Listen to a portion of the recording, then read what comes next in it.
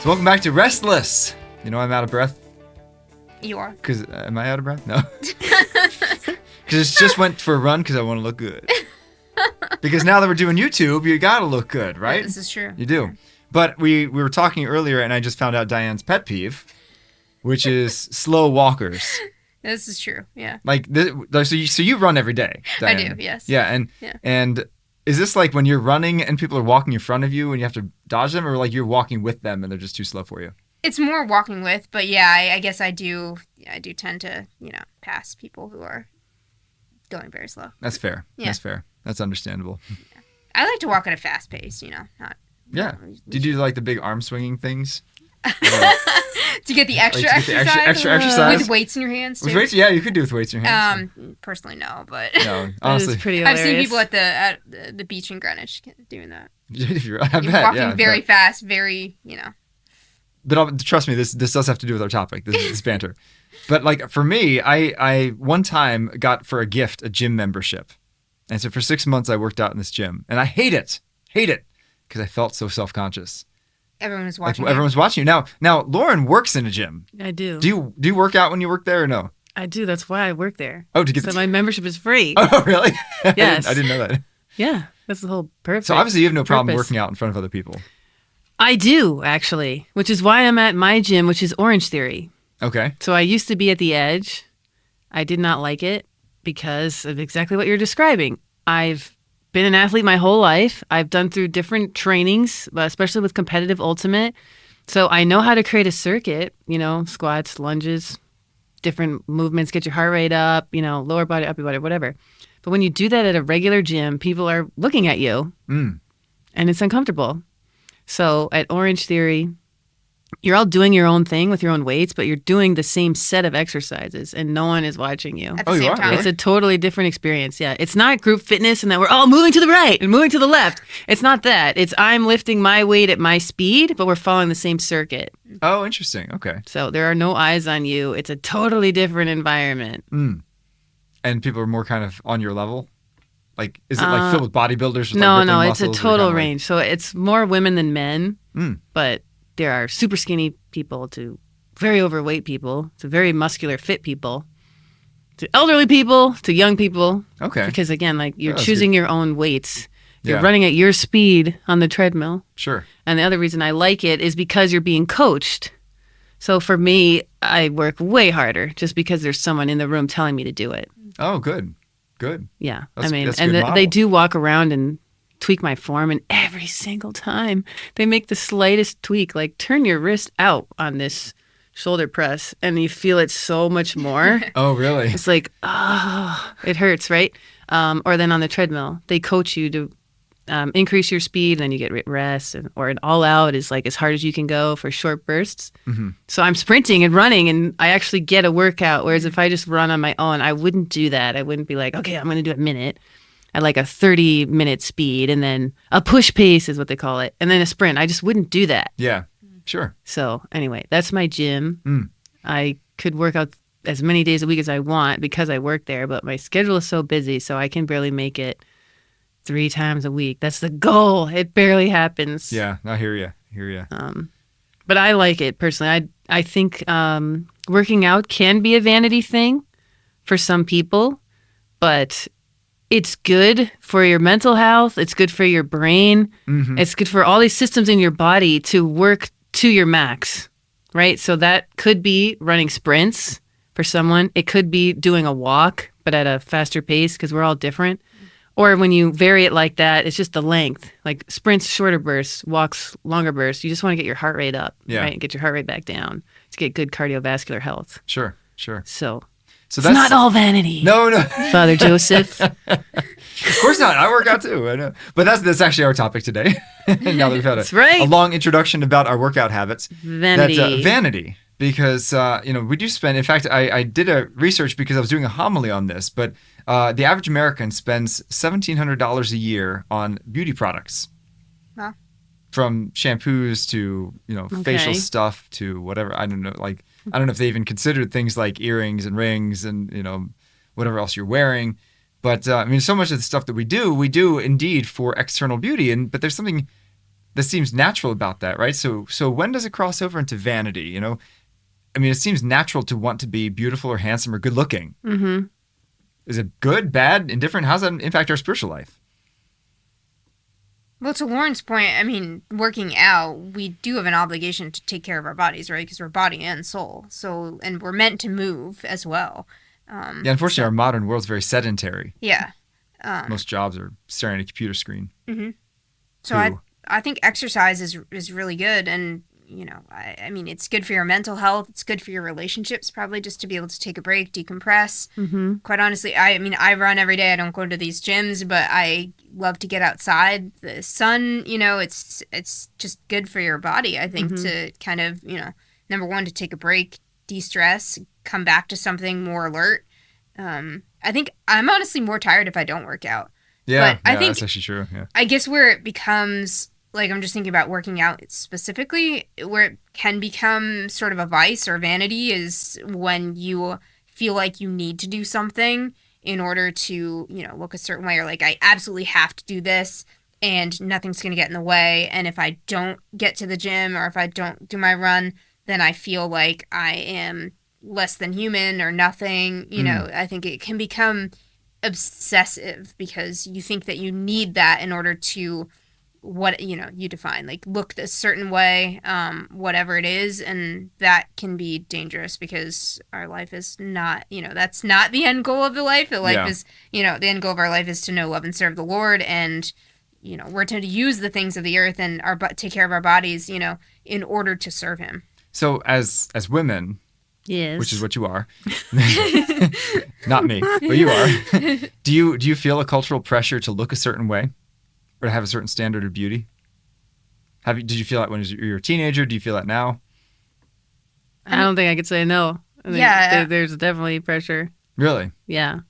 Is it like to be skinny, to be beautiful, to have great hair, all of the above? Mm-hmm. All of the above, I would say. Yeah. You know, to be fit, to not necessarily be skinny, but like, you know, yeah, certainly to take care of yourself, to present yourself, I guess, the best that you can. Yeah. I mean, that's got to be so tough because I think guys have certainly less of a pressure on that. Although there's some pressure, definitely, to look a certain way, to have certain muscles and this and that. But I think it's a lot less than it is for ladies. Mm-hmm. So yeah, I think it's always there since, like, being a child. Yeah. It's probably always there. But I would say it impacts every woman differently. So...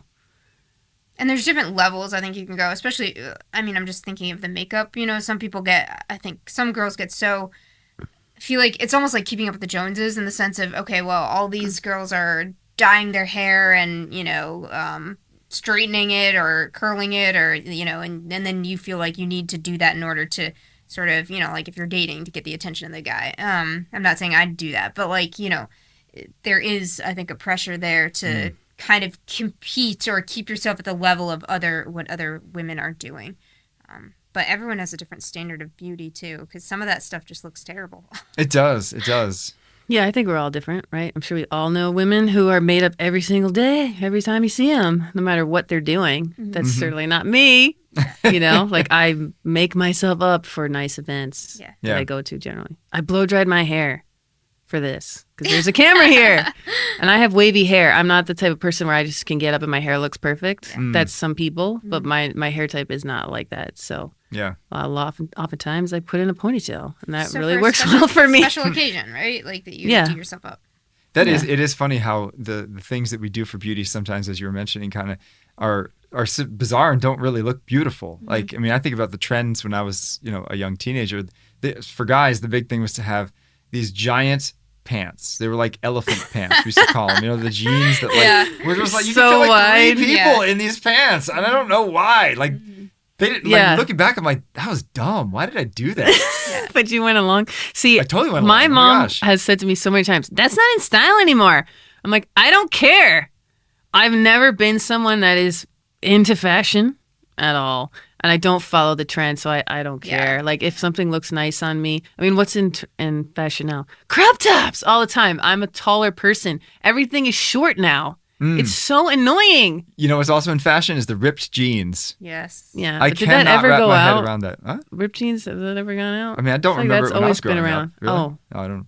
I'm older than Probably you guys. more so Just a now. It's little. like these girls I see with the ripped jeans and kind of baggy as well. Yeah, I don't It's know. like either skin tight stuff or like totally baggy, overly baggy. So is it bad? I mean, is it sinful to want to follow the fashions? No, there's probably just balance, right? In everything. We have to get dressed every day. Mm. And depending on your vocation, where you are, your state in life, right? I'm a student. I'm, a professional in Manhattan and I need to dress a certain way for my job, right? I mean, those are all factors. We all have to get dressed every day. And I think we should present ourselves well. Although it amazes me how many young people go to college wearing pajamas or high school. That's true. But yes, you're right. You don't need to dress well in college, though. You don't, but it used to be quite the opposite. Oh, It used to be even in public colleges, you dress in a shirt and tie to go to class. it was just the culture. It was the culture. Yeah, absolutely. We've lost that. And I mean, you look at those old TV shows like Father Knows Best or things like that. And every single day, the mom would be wearing a dress. And Yes. every single day, the man would be wearing a Yes. suit in his house. Right. Who does that? Right. Like, it's jeans and t-shirt, right? That's uncomfortable. Yeah, we've totally Yeah. It is, but I think gone we've downhill seen... culturally. Yeah, because I think this, it's not necessarily vanity to want to elevate... You're dressing up not for your own attention, but really to give dignity to the people that you were with Yeah. at times, I think. Mm-hmm. And that's why I have to be honest, I had a huge change of heart regarding dressing up for Mass. Because in high school, growing up, our parish didn't have air conditioning. And I insisted on wearing shorts. And my parents said, absolutely not. You have to wear pants every single time. And it's like, my sisters get to wear these short dresses. And I'm like, But when I went to college, I never dressed up. It was shorts and a t-shirt for even Sunday Mass. I was like, look, I'm here. And I never missed Mass. I was at Mass every day, and I just never dressed up. Now I've had a total change of heart. And I'm like, no, because it's to honor the person that you're with, and obviously the person is Christ at Mass. Mm-hmm. Right. It's like showing up to a wedding. This is the ultimate wedding of weddings. You got to present your best self. You wouldn't go to meet the Queen of England and you're wearing rags or whatever. So, I mean, for meeting the king at Mass, we got to dress up. Yeah. But I think also with fashion too, I don't think there's anything necessarily wrong with, being a fashionable person. I am not. But my mom will back that up. But I think, there's definitely a modesty factor, especially with women and the clothes nowadays. I mean, there's a lot of skin showing, a lot of cleavage, so I think you have to be careful there. And then I think, too, it comes down to it's okay to be fashionable. I mean, a lot of I guess where you're buying your clothes, it's just the latest trends, right? But you should have a heart of detachment, like that you don't need those things in order to feel, that you're a human. Yeah. It's funny you mentioned about the modesty, because I remember Our Lady at Fatima revealed to the three children that many fashions will arise that will greatly offend our Lord, is what she said. And interestingly enough, that year, I think it was 1917, I think I'd have to double check, but I'm pretty sure it was that same year was the first year that the bikini was ever introduced. And do you know the story of the bikini when it was first introduced? No. So the person who made it could not find a runway model to model it, because they all said this is completely inappropriate. So he actually hired prostitutes to be runway models for the bikini. It was the only thing he could do. Now you go to the beach and that's literally what everyone's wearing, like Right. prostitute clothing. Yeah, I guess I've always been just wanting to cover myself. I think that's just the way that I was ever since a little kid. But it's almost like you don't walk around your house in a bra and underwear. I don't think, like in front of your parents or Hopefully not. siblings. But, so it's funny. Awkward. It's always been so Weird funny to family me. if you do. Right, but then you do that at the beach. Mm-hmm. That's really true. It's underwear and a bra, basically. Wow, I never thought about that way. That's how I think I of it all the can time. never- I I'm can like, never go why to the is beach this ever again. acceptable at It's the beach just- and yeah. not like you wouldn't walk outside your house in your underwear and bra and like greet the mailman? Yeah. You know what I mean? That's a good point. Yeah. No, with fashions, we do have to evaluate them in light of like, what are they trying to communicate Right. about ourselves, and Yeah. And you veil what's sacred, right? So you wanna dignify your body. Yeah. Respect. Yeah.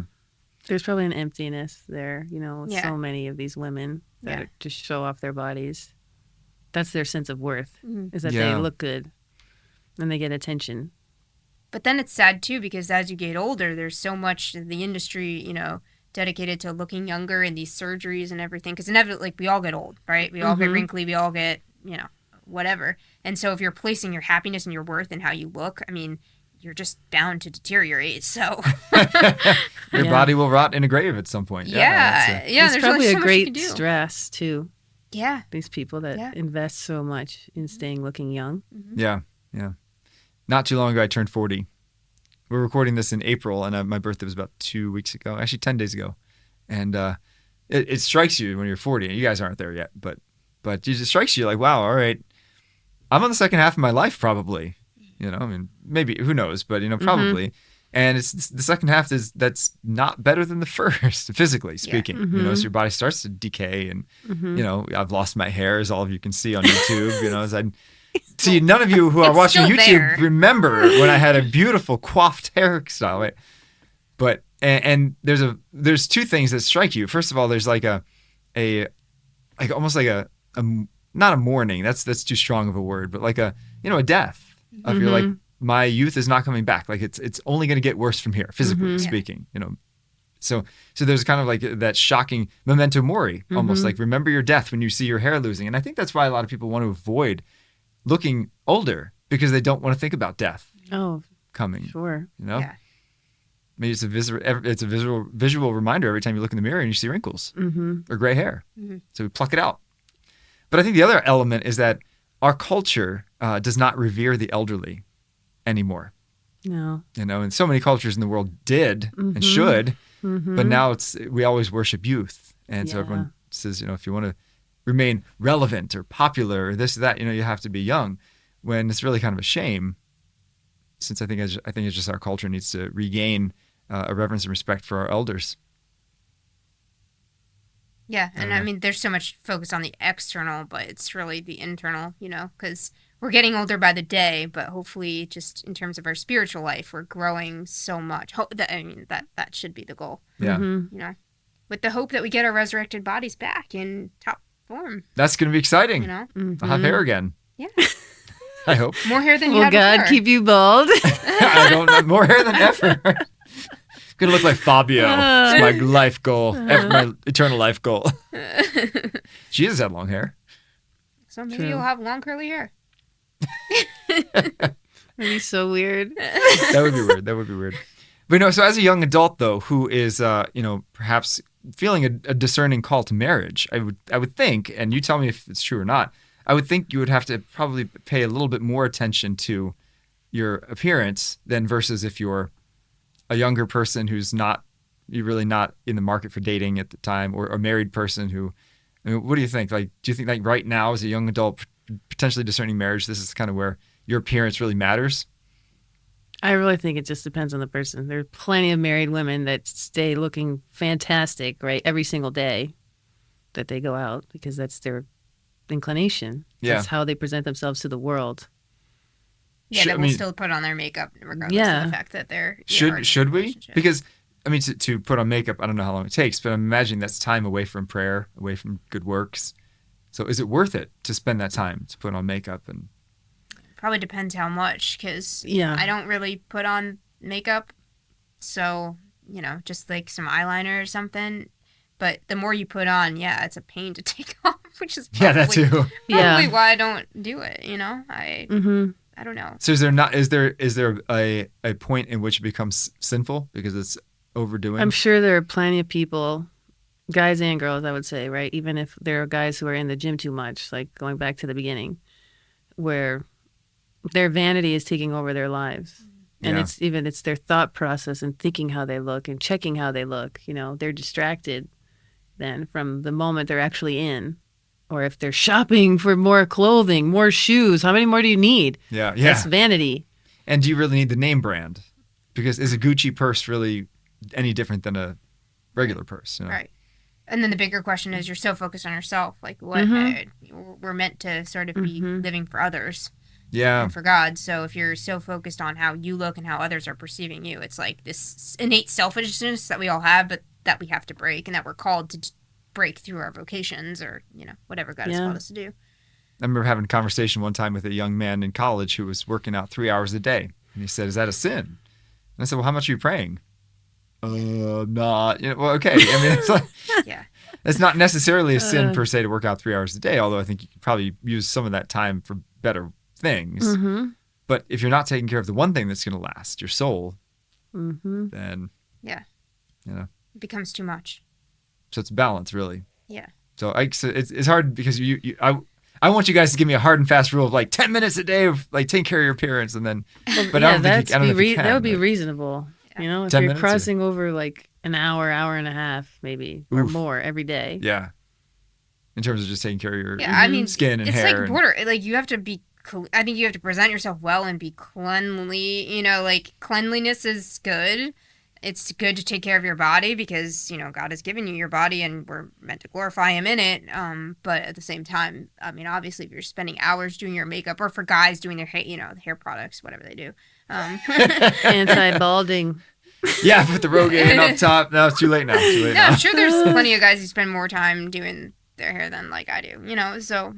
Mm-hmm. Yeah. I shouldn't say it's for guys it's any less because they actually have those surgeries where they transplant hair to your head. Mm-hmm. And, the thought has for about 10 seconds crossed my mind, oh, that would be interesting. But then you realize it's they charge you by the hair follicle that you move. And you're talking like $10,000 for this. Mm-hmm. And I'm like, $10,000 for a head of hair? Mm-hmm. I don't think I can justify that. Right. And that's the same way with all of us. Like, can you justify the nipping and tucking plastic surgery that's $50,000 when there's starving people? I mean, right. Yeah. I don't know. But vanity, of course, is not only in reference to our beauty as well. We talk about, you ever read Ecclesiastes in the Bible? Yes. Bits of it. All right, you need to go home and read Ecclesiastes. Because it starts out, vanity of vanities, all things are vanity. Yep. And it's that great frustration of that guy who sees everything just in, everything's cyclical, right? And the wind blows, but it's going to blow again. And the rains fall, but they're going to fall again. And it's not filling up the ocean. And nothing's, seems like life is very vain in that sense. First of all, have you ever felt that way? That like, life is pointless. That life is just a drudgery? Yeah, it's drudgery. And it's just like this endless vanity. We're never making any progress. Have you ever felt that way? I mean, I guess there's mundane moments, that you feel like, oh gosh, this is on repeat. But, I don't know. I think you got to dig a little. Time is mercy, that God gives us to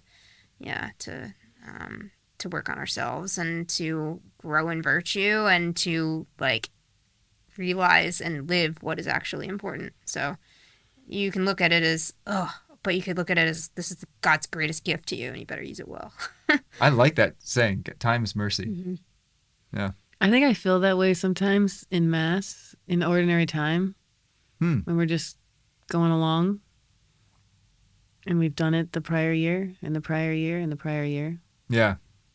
But you know what I think too, actually, just in terms of getting old, like it's hard to get old. It's hard to, like you said, to realize that, it's just downhill from here physically and, mentally, all that stuff and wrinkles. And I mean, nobody enjoys that necessarily. But again, it comes back to the idea of mercy. Maybe like I've been thinking about this of just like how God allows us, if you're privileged, like even, I mean, any moment is a gift, right? We're not all guaranteed to live till we're 80 or wherever. But I think as you get older, it's like God saying, okay, well, now it's like humility, right? That, okay, I am deteriorating. I am going to die. I am now dependent on other people. And so it's a time to kind of, to come back to him, to realize like, okay, what actually matters and what doesn't. And to realize that like we're not the authors of our life, that God is. And I think as you become weaker and more dependent on others, you realize your dependence on God. So again, that just he gives us all of these moments to convert and come back to him. I once read a book that said that time is not a circle, but a corkscrew. In that, you're going around the same ordinary time that we did last year and the year before, and you're going over the same things of doing the dishes every single day. It seems like it, but it should be a corkscrew in that as you go around, you get deeper every time. That's great. thought that was a Yeah. really interesting image that Yeah. that every time I have Easter, this Easter should look different than last Easter Mhm. because I should be at a different place spiritually. Mm-hmm. Because I mean, it boggles my mind. Sometimes I think, we're recording this in the middle of spring, and I look outside and I'm like, this could be my last spring ever. You think that? I do think that. Why do you think that? Because at some point it will be. It may not be this one, but at some point, like you think about that, you're going to have your last Christmas ever on this earth. But I think that's probably a You good way could to have live already your had life. it. You could have already had it. Yeah, could have been this past Christmas. I don't know. But it's a good way to live your life, because you can't just expect that you're going to live till 80 or 100. I mean, you could. Today could be your last day, so you should be living your life now how you would want to live it on your last day, which is hopefully with the right perspective. Yeah. Kind of changes what you stress out about, how you treat other people. Perspective. Definitely how we use our time. Yeah. I realize I spend a lot of time, scrolling on Facebook. Mm-hmm. It's time I'll never get back. Time that I could have used better for other things. You also do a lot of good posting on Facebook, though. Yeah, and You I do stir up a lot of Yeah, that's comments. I do find some good articles to Mhm. repost or ideas, but So Yeah, I enjoy reading your thoughts. oh, thank you. it goes Thank you. along with it. Now we're gonna get all these people. We trying need to friend recreational request me. time too.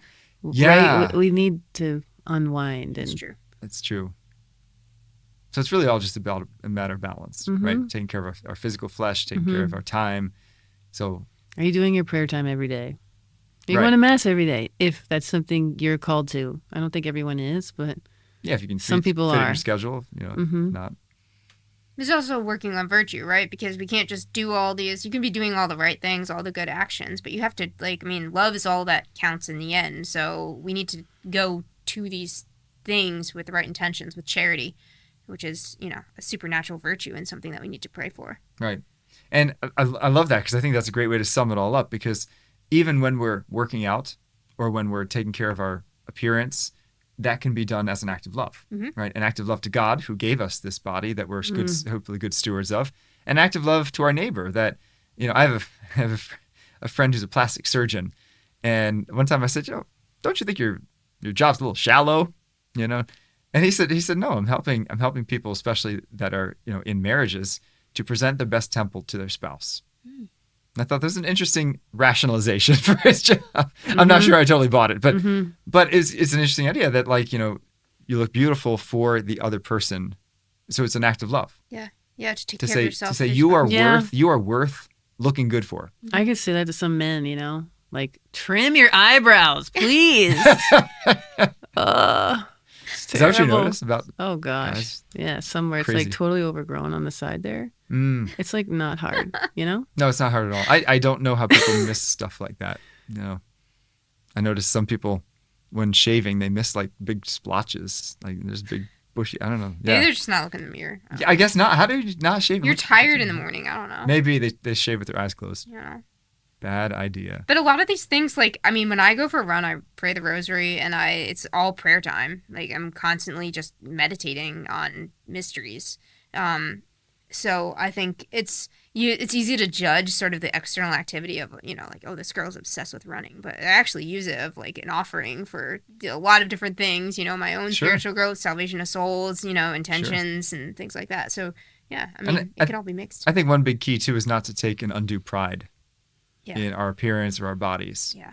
Because that can easily become a source of, look how good I look, or look at Mhm. my 6-pack abs, and Yeah. so that's one thing. Another Yeah. reason why I don't work out in gyms because there's mirrors everywhere. It's to try to impress. Oh, look how there swole are, I'm but getting. you do have to see, or it does help. It does, yeah. Especially some movements you're a little bit off balance. Right form and all that. Yeah. But I get what you're saying. It all goes away anyway. Do you do any kind of weight training? I do. What doesn't show? No. Ouch! Ouch! Yes, I do weight He gave training. up I his do. gym membership, remember? That's why I wear long sleeves so nobody sees the guns. Ouch! Well, I just got put in my place. You know that you're very thin. You run a lot. I do run a lot. So I think Yeah. for you to gain muscle, you would have to totally way increase your calories because you just burn them. Yeah, apparently. But both my parents are very skinny, which helps a huge amount. And both your parents are very skinny Exactly. too. Yeah, I And think so- it's just genetics. honestly. Yeah. Yeah, you must be French. No. No? These French people are usually very skinny. Oh, Yeah. really? And they eat butter and cheese, and they're totally fine. Yeah. Wow. But anyway, Father Joseph is French. I am mostly French, yes, and I can eat all the cheese I want and be totally fine. But I hope you've enjoyed this discussion about vanity, because God has given us this gift of this body to be a good steward and to give it away in love and service to one another. So as we do take care of our bodies, let us not be unduly attached to it or to our looks, but rather have that detachment, that humility, and seeing our bodies as gifts from Him that we have to give back to Him, indeed. So you can find us on Veritas Catholic Network, 1350 AM or 103.9 FM, and wherever you get your podcasts. So tune in next time, and by the way, on YouTube. Have a great day.